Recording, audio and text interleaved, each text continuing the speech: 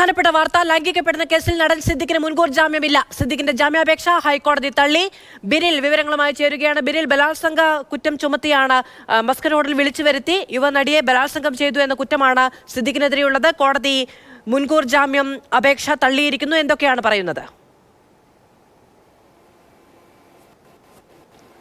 Madhu, Hema committee റിപ്പോർട്ടിന് പിന്നാലെ പുറത്തു വന്ന ഏറ്റവും പ്രധാനപ്പെട്ട ആരോപണങ്ങളിലൊന്നായിരുന്നു മുൻ ജനറൽ സെക്രട്ടറി സിദ്ദിഖിനെതിരായ ആരോപണം. അതിൽ ഏറ്റവും പ്രധാനപ്പെട്ടത് ഈ സിദ്ദിഖിന്റെ മുൻകൂർ ജാമ്യം ഇപ്പോൾ ഹൈക്കോടതി തള്ളിയിരിക്കുന്നു എന്നതാണ്. നേരത്തെ സമാന ആരോപണങ്ങൾ നേരിട്ട മറ്റ് താരങ്ങൾക്ക് മുൻകൂർ ജാമ്യം ലഭിച്ചുവെങ്കിൽ സിദ്ദിഖിന്റെ മുൻകൂർ ജാമ്യം ഹൈക്കോടതി നിരാകരിച്ചിരിക്കുന്നു എന്നതാണ് ഇതിന്റെ ഏറ്റവും പ്രധാനപ്പെട്ട കാര്യമെന്നത്. അതായത് ഈ കേസിൽ മതിയായ തെളിവുകൾ, അതായത് പ്രഥമദൃഷ്ട്യാ പോലീസിന് തെളിവുകൾ കോടതിക്ക് മുന്നിൽ ഹാജരാക്കാൻ കഴിഞ്ഞിട്ടുണ്ട് എന്നതാണ് അതിൽ നിന്ന് മനസ്സിലാകുന്നത്. അതായത് സിദ്ദിഖിനെ കസ്റ്റഡിയിൽ ചോദ്യം ചെയ്യണമെന്ന പ്രോസിക്യൂഷന്റെ പോലീസിന്റെ ആവശ്യം ഹൈക്കോടതി അംഗീകരിച്ചിരിക്കുന്നു. അതുകൊണ്ടാണ് സിദ്ദിഖിന് മുൻകൂർ ജാമ്യം നൽകേണ്ടതില്ല എന്ന് ഇപ്പോൾ ഹൈക്കോടതി തീരുമാനിച്ചിരിക്കുന്നത്.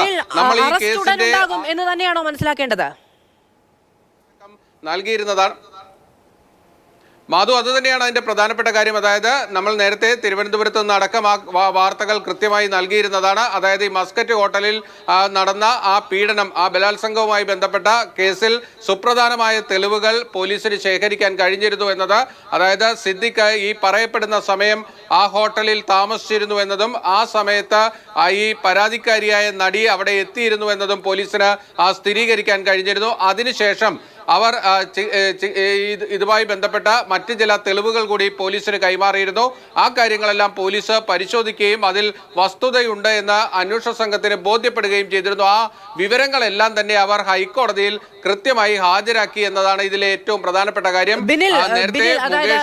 ഇത് ഒരു വസ്തുതാവിരുദ്ധമായ ആരോപണമാണ്, തന്നെ അപമാനിക്കാൻ ശ്രമിക്കുന്നു എന്നതടക്കമുള്ള കാര്യങ്ങൾ പറഞ്ഞുകൊണ്ടാണ് ജാമ്യാപേക്ഷയ്ക്കുള്ള ഹർജി നൽകിയിരിക്കുന്നത്. സിദ്ദിഖ് അതിനൊക്കെ ഖണ്ഡിക്കാൻ പോലീസിന് സാധിച്ചിരിക്കുന്നു അല്ലേ? മാധു, മുൻകൂർ ജാമ്യം പരിഗണിക്കുമ്പോൾ കോടതി പ്രധാനമായും പരിശോധിക്കുന്നത് ഈ പ്രതിയെ കസ്റ്റഡിയിൽ ചോദ്യം ചെയ്യേണ്ടതുണ്ടോ ഇല്ലയോ എന്നതാണ്. അതിനുള്ള തെളിവുകൾ കോടതിക്ക് മുന്നിലേക്ക് എത്തുന്നുണ്ടോ എന്നതാണ്. ഇവിടെ സിദ്ദിഖിന്റെ കാര്യത്തിൽ സിദ്ദിഖിനെ കസ്റ്റഡിയിൽ ചോദ്യം ചെയ്യണമെന്ന പ്രോസിക്യൂഷന്റെ ആവശ്യം ഹൈക്കോടതിയും മുഖവിലേക്ക് എടുത്തിരിക്കുന്നു എന്നതാണ് മനസ്സിലാകുന്നത്. അതായത് സിദ്ദിഖിനെതിരെ ഉന്നയിച്ച ആരോപണങ്ങളിൽ ഗൗരവ സ്വഭാവമുള്ള കണ്ടെത്തലുകളുണ്ട്. അതിൽ കൂടുതൽ അന്വേഷണം ആവശ്യമാണ്, അതിൽ പ്രതിയുടെ കസ്റ്റഡി ആവശ്യമാണ് എന്ന കാര്യം കോടതിക്ക് ബോധ്യപ്പെട്ടിരിക്കുന്നു എന്നതാണ് മുൻകൂർ ജാമ്യം തള്ളിയതിലൂടെ നമ്മൾ മനസ്സിലാക്കേണ്ടത്. ആ ഉത്തരവ് പുറത്തേക്ക് വരുമ്പോൾ ഏതൊക്കെ സാഹചര്യങ്ങളാണ് കോടതി പരിശോധിച്ചിരിക്കുന്നത്, പോലീസ് കോടതിയിൽ ഹാജരാക്കിയിരിക്കുന്ന തെളിവുകൾ എന്തൊക്കെ, അക്കാര്യങ്ങളെല്ലാം തന്നെ പുറത്തേക്ക് വരികയും ചെയ്യും. ഇവിടെ മസ്കറ്റ് ഹോട്ടലിൽ ഈ പറയപ്പെടുന്ന ദിവസം സിദ്ദിഖ് താമസിച്ചിരുന്നു എന്നതിന് കൃത്യമായ രേഖകൾ ഉണ്ടായിരുന്നു. ഈ പരാതിക്കാരിയായ യുവനടി ആ സമയത്ത് ആ ഹോട്ടലിൽ എത്തിയിരുന്നു, സിദ്ദിഖിനെ കണ്ടിരുന്നു. ഇതിനും കൃത്യമായി പോലീസിന് തെളിവ് ശേഖരിക്കാൻ കഴിഞ്ഞിരുന്നു.